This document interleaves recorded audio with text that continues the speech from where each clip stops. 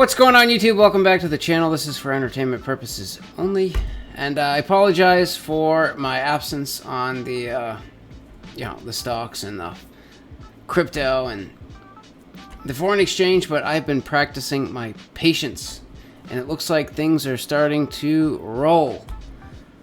But anyways, I'm not going to spend too much time on the retirement stuff because it really doesn't matter, like where you get in, like this dollar amount, that dollar amount. These are long-term things.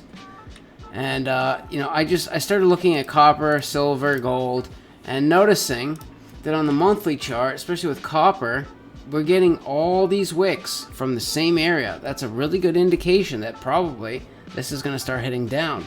Same with gold, same with silver.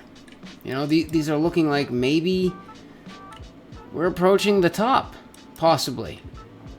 So I took what I had in GLDG. CEI was a speculation play. I took a small loss on that. I won out.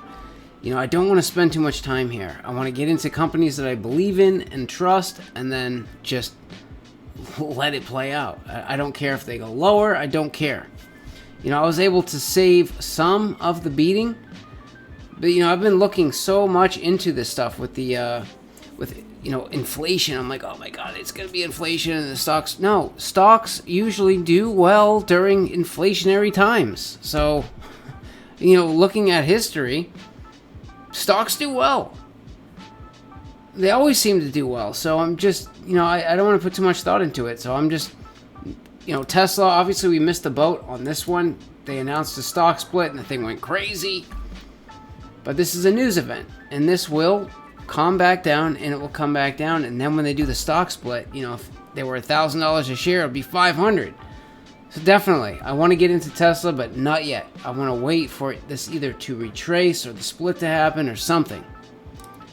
But NEO, I still got an order sitting right there, 1850. I don't know. I might just jump in. Mara, Riot, I want to add some crypto exposure to my retirement portfolio.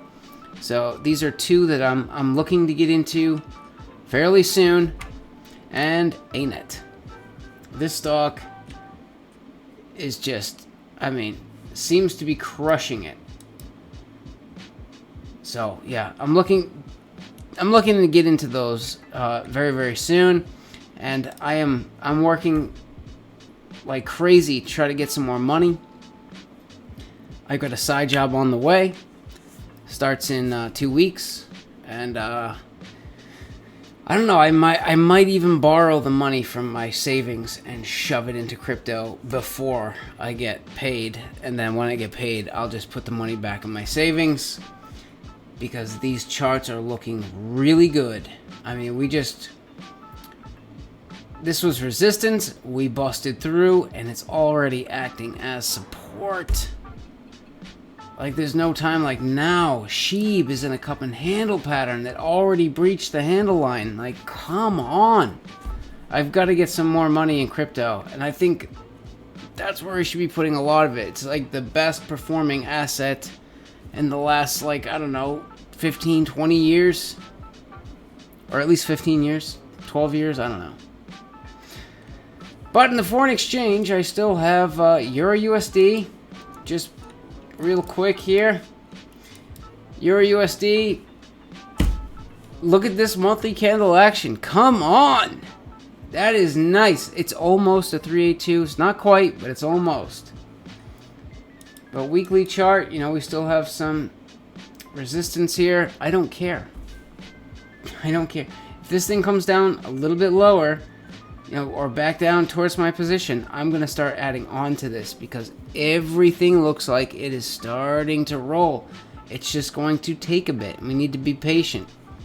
But Aussie New Zealand, I already have two 30,000 unit positions in this one because I think this one potentially will start rolling over this week.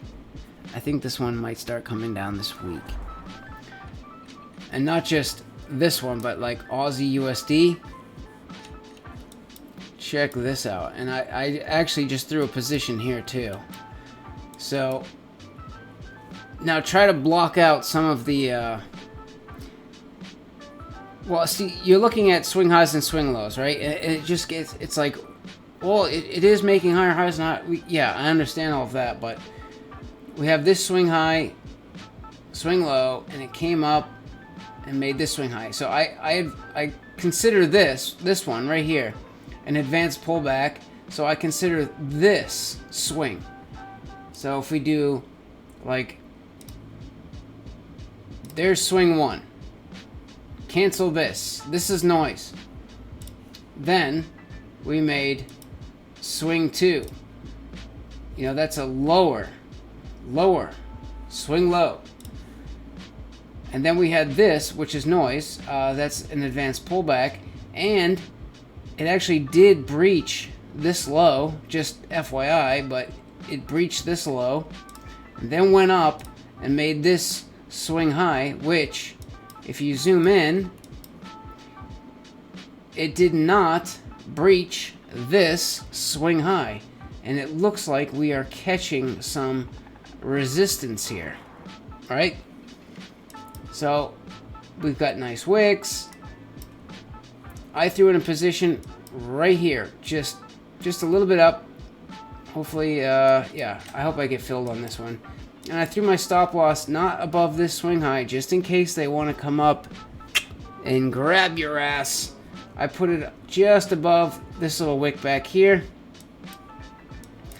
And, you know, looking at the 6-month chart, you know, we have this swing low, then swing high. This is a lower low, lower high, and we're working our way down, and we haven't even hit this area here. We haven't touched it yet. So I think that's where we're going. That's where we're going. We need to get down to here. So there's my take profit. So I'm risking $371 for the potential of making almost $2,500. Pray to God that this thing actually plays out, man. I really could use a win. But weekly wise, you know, it seems like we had this bullish move. We hit this area.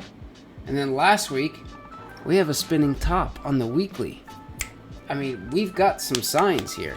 We have, you know, I mean, it's not bearish, but it's not bullish. You know, it's kind of an indecision-ish candle. I'm taking the risk. I'm in this. Because I think the Aussie pairs are going to potentially perform pretty well this week. But I think I might be losing money on Euro this week. So hopefully the Aussies can kind of compensate. But if this thing comes down, yeah, I'm going to add in. And USD CAD, look at this. Monthly candle action, come on now. And look at this. Imagine getting in one of these. This is 1, 2, 3, 4, 5. 5 years straight of if you bought down here and held, you were making money for 5 years. Are you kidding me? And then if you got in up here, 1, 2, so we got 1, 2, 3, 4, 5, 6 years. If you had shorted from up here, 6 years of making money. Just knowing how to read the chart and see which way it could potentially go. So we had this high, came down, lower low, lower high, higher low. Uh-oh, right? It's bullish now. Came up, made a higher high, higher low. Oh, double top, and both of these, see these wicks? I mean, that's a good sign. Double topped. Now we just came down and punched through this last area of support. We're below it. We're already getting wicks from it, but it doesn't mean this won't pop back up here. And if and when it does, if USD CAD pops its head up here, I'm going to just take it right off. And I'm going to short this guy. So, you know, USD CAD, Euro USD, and Aussie New Zealand, and yeah, Aussie USD are the ones that I'm kind of, that's my focus right now. GBP, NZD, I got stopped out, obviously. You know, we kind of came down and broke this swing low. It took me out, and now I want to see what happens. You know, I don't want to just get stopped out and then forget about the trade. I want to see what happens after. You know, could I have risked more and gone lower with my stop loss? You know, and still have made money? Like, what's going to happen? You know what I mean? You can't just take a loss and be like, oh, well, and just move on to the next thing. Because I was doing that for a while. I was going, oh, I took a loss and just move on and not actually go back and see and learn, like, what happened after. We need to see what's happening. If we're taking the trade and we lose, well, what happened? Why did we lose it? Like, could we have stayed in that? I don't know.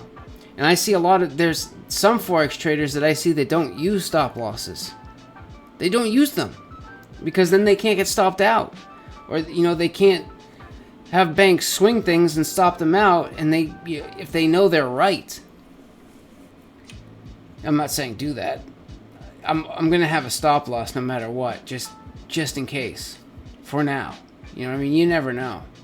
Like with the ruble, imagine not having a stop loss and you weren't paying attention to the news and just like, oh my god, wiped out. So I think it's good to use a stop loss, but yeah, that's just a quick update. You know, I'm just being patient, waiting, and hopefully these Aussie pairs will do something this week. But yeah, anyways, that's it. Make sure you subscribe. Throw me a thumbs up. See you later.